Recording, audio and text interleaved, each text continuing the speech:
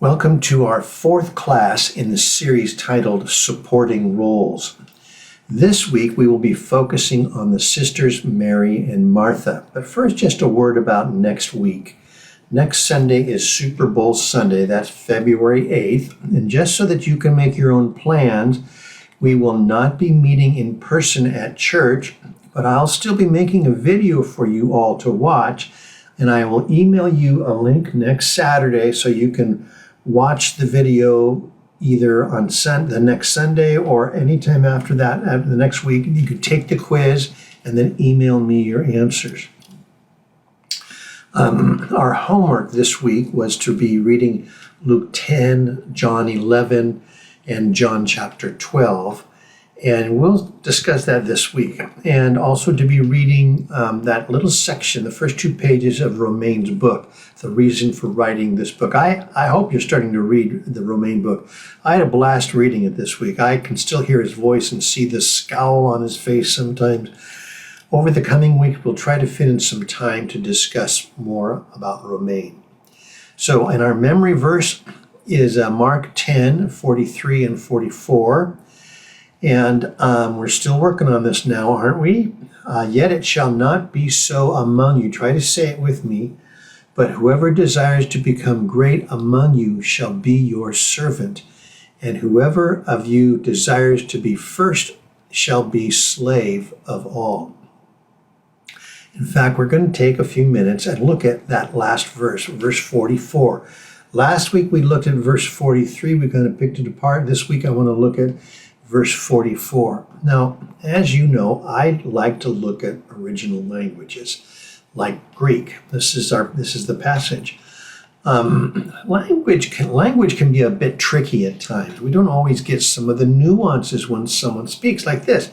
You know, a dad goes down to the auto dealership and he's looking at potential choices, and he scratches his head and he says, "Cargo space? Cargo space?" The salesman was slightly confused at what he meant, and so he finally replies, "Car no do that. Cargo road." Cargo space? No, cargo road. Okay, it's a bad joke. It may take a while for some of you to get that. A good way to study some verses where they sound very similar is to look at where they are similar and where they're different. There are some words in verse 43 that are exactly like those in verse 44. And there are some words that are different. So let's compare and contrast. Some key words that are exactly the same, at least in the Greek they are, and don't get hung up on the English, but in the Greek they're the same. There's a phrase, whoever desires. That's exactly the same in the Greek. Both express, if you can look at the Greek on the right side, you can see where I've got them highlighted. They're exactly the same. Both express this potential, the subjunctive mood, we called it, a potential wish or desire for something. That's in both verses. Both uses the phrase shall be in the Greek, and actually that's a future tense, but it's specifically what we call an imperatival future. In other words, these are command. This is what you shall do. If someone wants to become great, has a wish to become great or first, then they are commanded to do such and such. Now, some words in the passage are different from verse to verse. In verse 43, you'll see the word megas, or mega, we might think of as mega. Jesus isn't necessarily picking on the top dog here in verse 43, just the one who wants to be better than the average disciple, we might say. But in verse 44, he used the word first, or the top dog. He's not talking about someone who just wants to be better than others, but the guy who wants to be the top of the list. So that's an interesting comparison. In verse 43, for the guy that just wants to be great, he uses the word servant.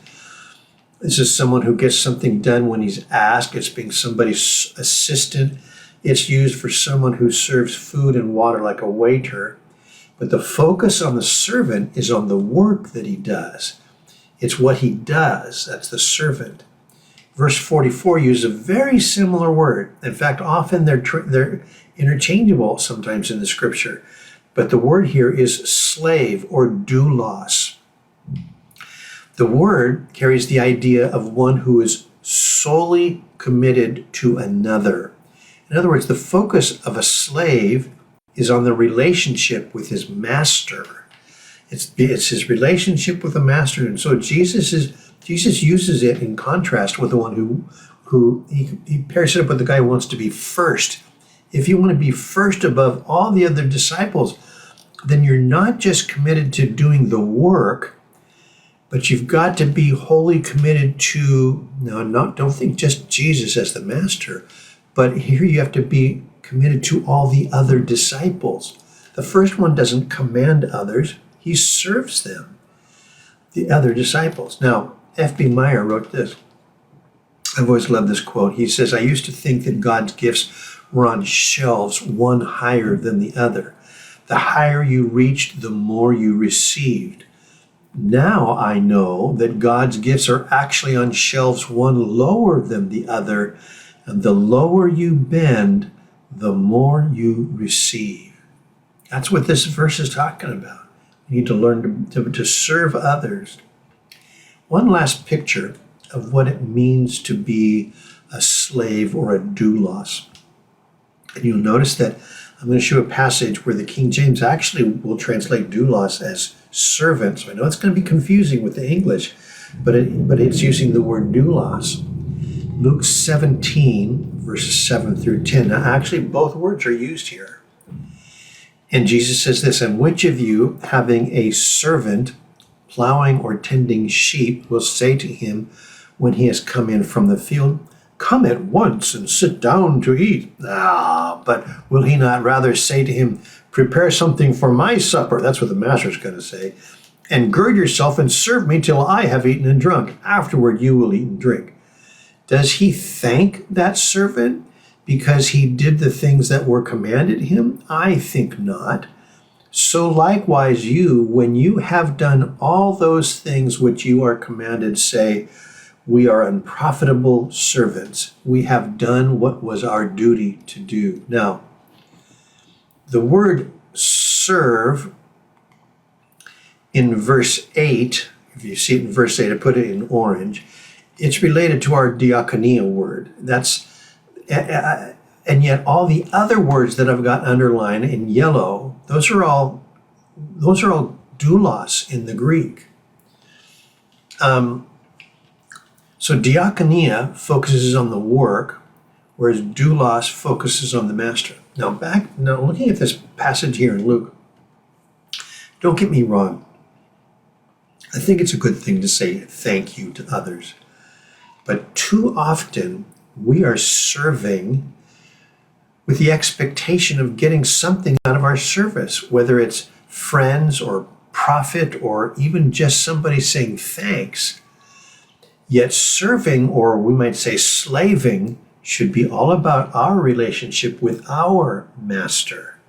It's all about doing what he asks us to do. We don't always know why he asks us to do things, but it would be good if we just learned to obey and say, we have only done what was our duty to do. Okay, that's enough talking about these words that we're trying to memorize. Okay, let's look at Mary and Martha. Let's talk about their names first.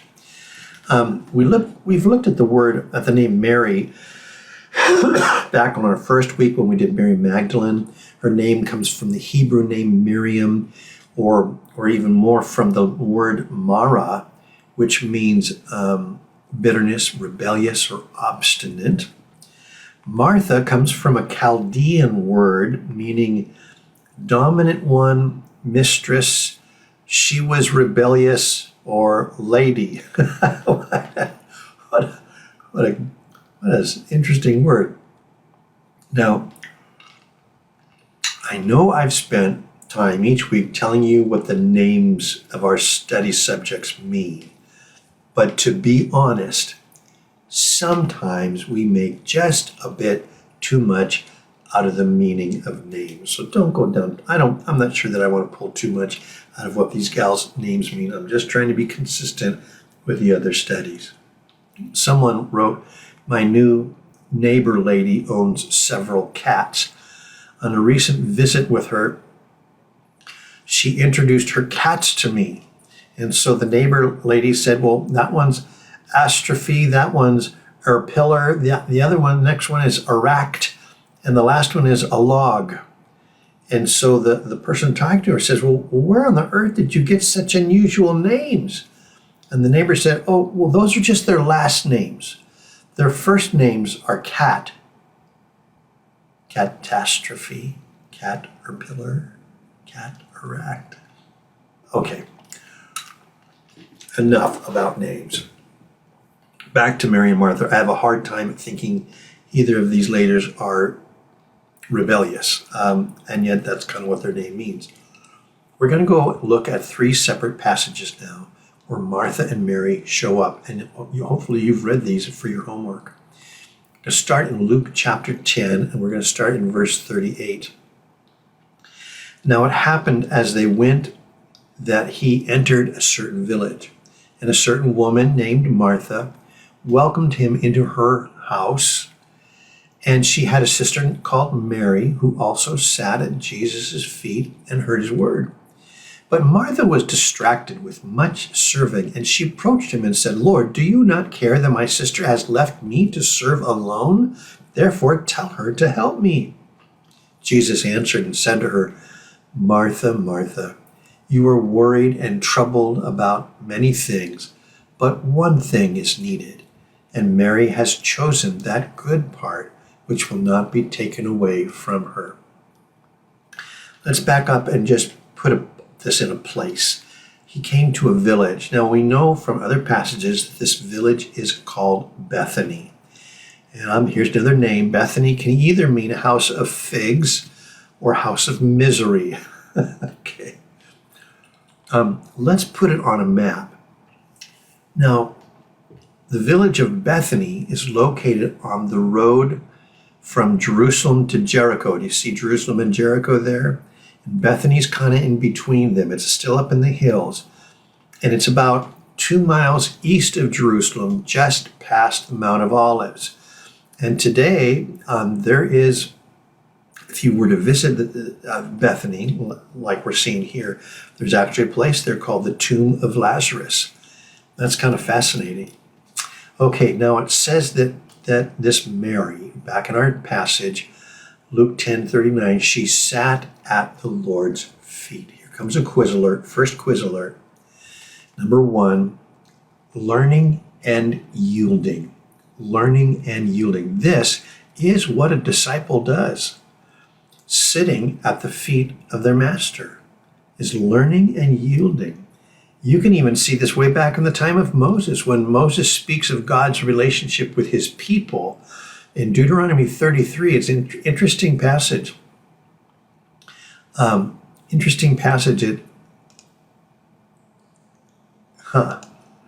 It says, yes, he loves the people. All his saints are in your hand.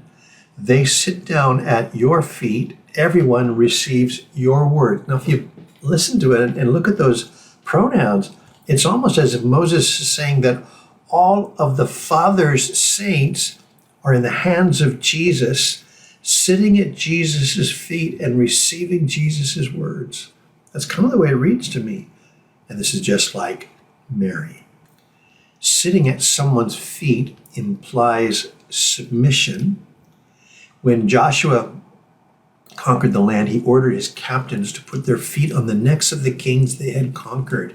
Joshua 10:24, he called for all the men of Israel and said to the captains of the men of war who went with him, come near and put your feet on the necks of these kings. And they drew near and put their feet on their necks. And so having their feet on their enemies' necks meant that the enemies had surrendered. They'd surrendered. Are you surrendered to Jesus and sitting at his feet? The footstool where your enemies, that's not supposed to be part of this. Okay. There we go. Okay, so Mary here is also giving us a picture of humility. Humility is the position to be in if you want to receive more from God. Peter writes this, "For God resists the proud, but gives grace to the humble." You want grace? You want God to give you more? Humility. St. Augustine writes, "For the waters pour down to the lowest part of the valley, but flow away from the rising of the hill." So what are you? Are you down in the valley, or are you puffed up at the top of the hill? Do you, as a disciple, want to hear from your master today? It starts by sitting at his feet every day, learning from him, yielding to him. Now, in contrast to Mary, Jesus says to Martha in verse 41, "Martha, Martha, you are worried and troubled about many things." There's a quiz alert here. And number 2, the lesson is this: serve with balance. There is nothing wrong with being a servant like Martha. We've been learning a lot about learning to serve others. But there comes a time when, if you're not careful, you can find yourself doing too much. When you find yourself complaining about how others aren't serving as hard as you, something is wrong. You're out of balance. I'd suggest she's doing just a little bit too much. Some time ago, there was a newspaper in Tacoma, Washington. They carried the story of Tattoo, the basset hound. Tattoo didn't intend to go for an evening run, but when his owner shut his leash in the car door and took off with Tattoo still on the outside of the vehicle, Tattoo had no choice. Motorcycle officer named Terry Filbert, he noticed a passing vehicle with something that appeared to be dragging behind it. As he passed the vehicle, he saw the object was a basset hound on a leash. He was picking them up and putting them down as fast as he could, said Filbert. He chased the car to a stop, and Tattoo was rescued, but not before the dog reached a speed of 20 to 25 miles per hour and rolled over several times. But don't worry, Tattoo was fine. Tattoo was fine. No tattoos were harmed in this. But he asked not to go out for an evening walk for quite some time. Yes. Now, does that sound like you? Do you feel like you're picking him up and putting him down as fast as you can? Maybe you're going too fast. Maybe you're doing too much. We need to be careful that the serving that we do is led by the Lord and not by people. We need to be careful that the serving we do is supported and empowered by the Lord. 1 Peter 4:11 says this, "Do you have the gift of helping others? Do it with all the strength and energy that God supplies. Then everything you do will bring glory to God through Jesus Christ." See, the problem comes when we start operating outside of the energy, outside of what God supplies. And that's when we get cranky. Now, back in 2016, I found an interesting article, and I want to share it with you. It's an article written by Bill Hybels. He used to be the pastor of Willow Creek Church in Chicago, in Illinois. Huge, huge, huge church. And this is what he writes. He says, this is his words. He says, "I'll never forget the letter I got from a fallen leader." He wrote, "Let me state my position on the matter of your needing to slow down." He was talking to me, Hybels writes. And he said, "I think I have a better than average perspective based on my past experience of 10 years as a pastor, 5 years as a conference speaker. For most of those years, I preached or taught over 300 times a year. I know of the incessant demand to deliver material that first would be true and then be moving and witty and sometimes eloquent. I know that every waking moment for me was spent one way or another engaged in amassing material for sermons. Adding to this, counseling, personal witnessing, administrative responsibilities of running a church, and you have an overly full schedule. With all of this, I found myself missing or conveniently overlooking or justifying the growing signs of problems in my home. Cries for help from my family were drowned out by the roar of the demands of fulfilling my holy calling. When the cries ceased, I assumed the problem had been solved, but it was only that a death had occurred in my relationship with my wife. She now preferred a fantasy relationship with an imaginary lover over the real one she had with me. When I found out there was another man in her life, I was crushed. When the divorce came, I was shattered. For 7 long years, I never preached or taught. The voice that had ministered to thousands was silenced. The ministry that had won hundreds to Christ by His grace was terminated. In those days, Bill, I knew of no flaw in my devotion to Jesus. There was no extent to which my zeal for Him was not willing to go. I was determined that the gifts that God gave me would be used full bore. However, Bill, here's my point. Satan shrewdly turned my strengths into my weaknesses. In my zeal to serve the Lord and effectively use the gifts that He gave me, everything else was viewed as competition and at cross purposes with the goal I was consumed by. Please, I plead with you, don't let this happen to you. Spend time away from the demands of leadership. When someone points the finger of stinging criticism at you for being away from leadership, think of me. Determine you will not let your ministry and your dreams come crashing down around you like mine did around me. So, this is a letter that was written to Bill Hybels in 2016. And Hybels, the author of this article, was planning to retire from his ministry at Willow Creek Church in October of 2018, 2 years after the article. But instead, he was forced to resign in April of 2018 under allegations of sexual misconduct. Take heed to the warnings, friends.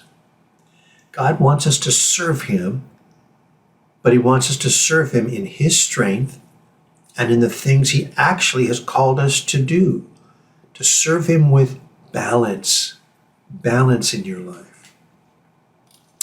Okay, we're going to look at John chapter 11. Now, if you've read your assigned reading this week, you have read about Jesus raising Lazarus from the dead, and the events take place in Bethany, where Lazarus, Martha, and Mary live. And we could spend weeks looking at this whole chapter. It's a huge chapter. But I just want to focus on Mary and Martha and single out a few places. If you recall, Jesus heard that Lazarus was sick at the beginning of the chapter, but instead of coming immediately, Jesus waits a few days. In John 11, verse 20, it says, "Now Martha, as soon as she heard that Jesus was coming, went and met Him. But Mary was sitting in the house. Now Martha said to Jesus, 'Lord, if you had been here, my brother would not have died. But even now I know that whatever you ask of God, God will give you.' Jesus said to her, 'Your brother will rise again.' Martha said to Him, 'I know that He will rise again in the resurrection at the last day.' Jesus said to her, 'I am the resurrection and the life. He who believes in me, though he may die, he shall live. And whoever lives and believes in me shall never die. Do you believe this?' She said to Him, 'Yes, Lord, I believe that you are the Christ, the Son of God who is to come into the world.'" Now, look back at verse 21. She says to Him, "Lord, if you had been here," quiz alert, give me a chance to explain this. The lesson is this, number 3, Jesus understands. It sounds to me like Martha is pretty upset with Jesus for not showing up in time to save Lazarus. And frankly, Mary's going to say pretty much the same thing in verse 32. She's going to say, "Lord, if you had been here, my brother would not have died." But if you pay attention, Jesus does not rebuke either Martha nor Mary. And He doesn't say, "How dare you question me? You silly ladies, how dare you question me?" Instead, notice how Jesus reacts. in verse 33, therefore when Jesus saw her weeping, and the Jews who came with her weeping, he groaned in the spirit and was troubled, and he said, where have you laid him?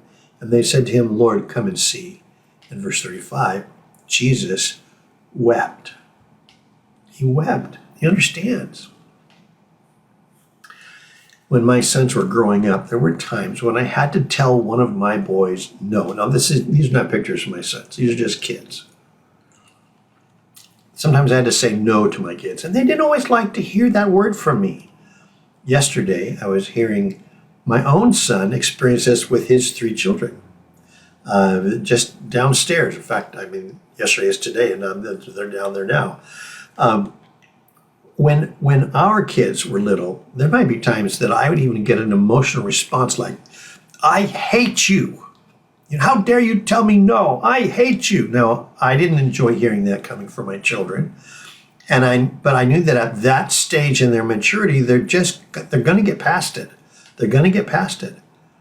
Jesus understands when you're upset and you don't understand.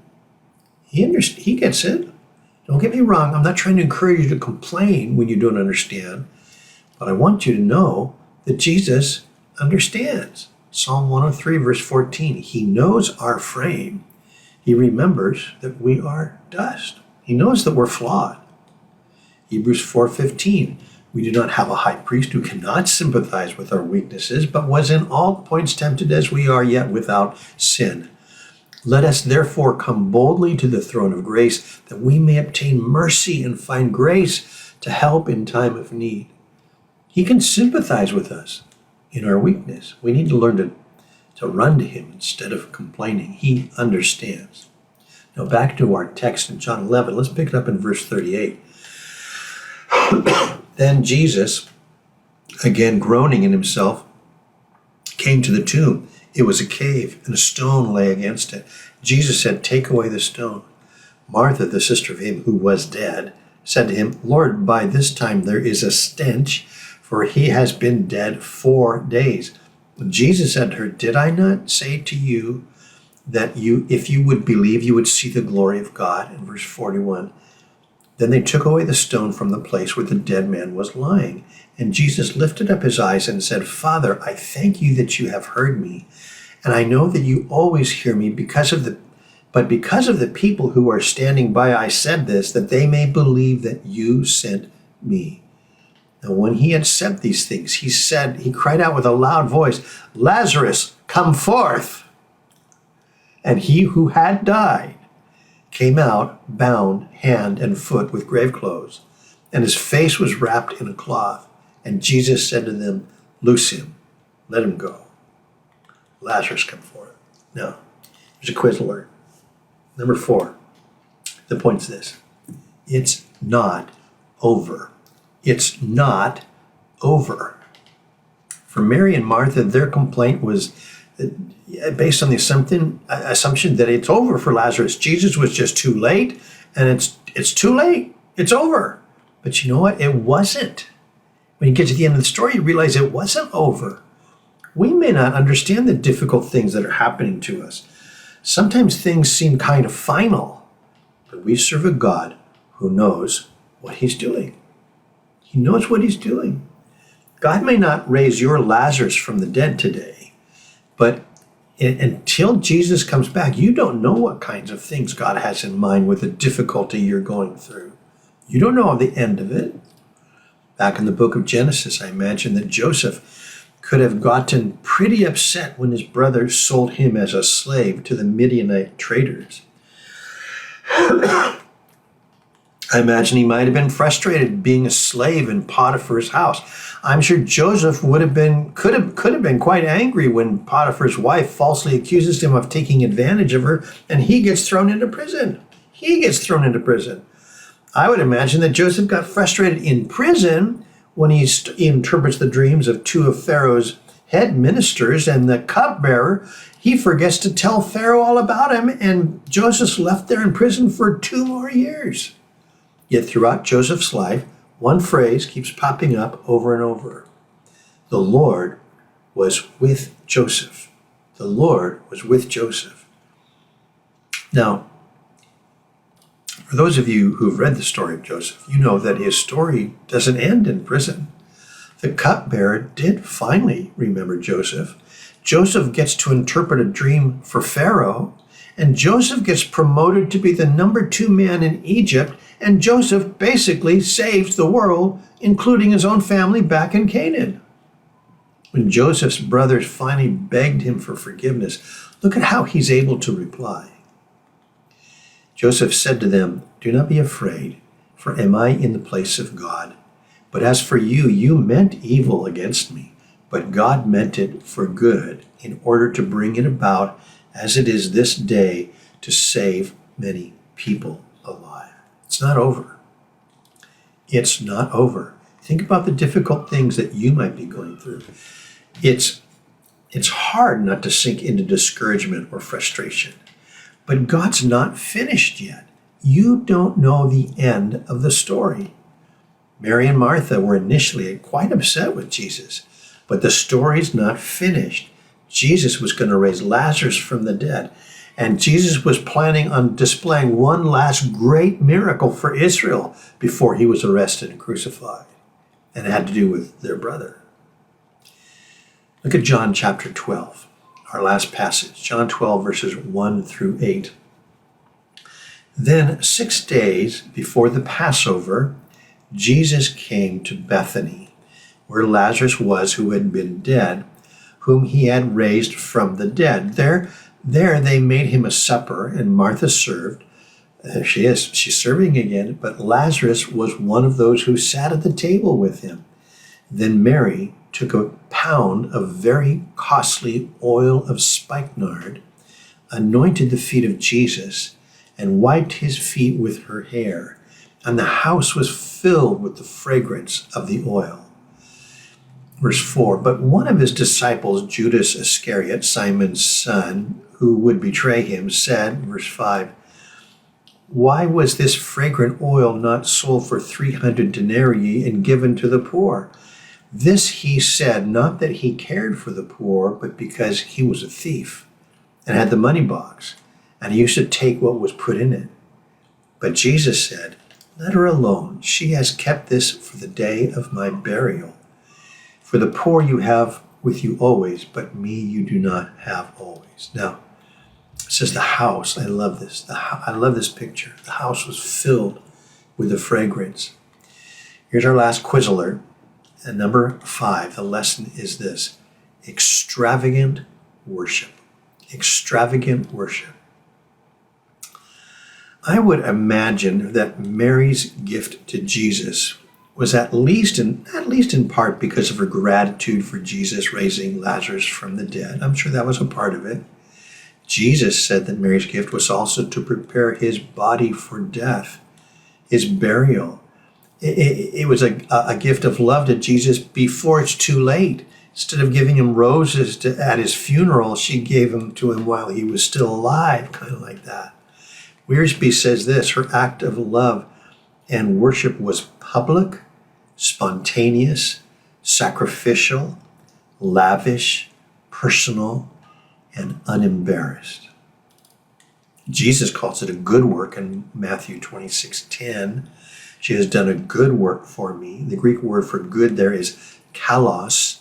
That's a word that can be translated as beautiful, handsome, fine, or something that is good or useful at the highest level. She has done a good work for me. Now, let me give you some qualities of extravagant worship. First, it is costly. Her gift to Jesus was very expensive. Even Judas, he priced it to be worth 300 denarii, or 300 days' wages, a whole year's worth of wages. When David wanted to acquire the land to build the temple, initially it was offered to him for free. But he replied to the owner, 2 Samuel 24:24, no, but I will surely buy it from I will buy it from you for a price, nor will I offer burnt offerings to the Lord my God with that which cost me nothing. When you worship, there will be a cost. It might cost you your pride. It might cost you a relationship. I hope it costs you your bitterness. Jesus said, therefore, if you bring your gift to the altar and there remember that your brother has something against you, leave your gift there before the altar and go your way. First be reconciled to your brother and then come and offer your gift. I hope that when you worship, you'll be letting bitterness go. Okay, worship can be costly. Secondly, letter B, it can be misunderstood. Some of the disciples weren't quite sure what to make of Mary's act. It's kind of like the people at church didn't all quite get it. Judas Iscariot raised the biggest stink, saying the perfume, that was on purpose, the biggest stink, saying that the perfume should have been sold and given to the poor, though you've just read that he was actually a thief and skimming off of the money. When David brought the Ark of the Covenant into Jerusalem, he danced before the Lord, and he had a bad reaction from his family. His wife, Michal, didn't understand. She called David an embarrassment. She said, she came out and met David. How glorious was the king of Israel today, uncovering himself today in the eyes of the maids of his servants, as one of the base fellows shamelessly uncovers himself. She was mocking him. Everybody's going to understand what you are doing when you worship. So it's costly, it's misunderstood, but thirdly, it blesses others. When worship is done for the wrong reasons, it doesn't bring a sweet smell to the house, it stinks up the place. It's kind of like trying to play a piece of music with the wrong instrument. Do you remember that thing called the Vuvuzela about 15 years ago from the World Cup soccer games?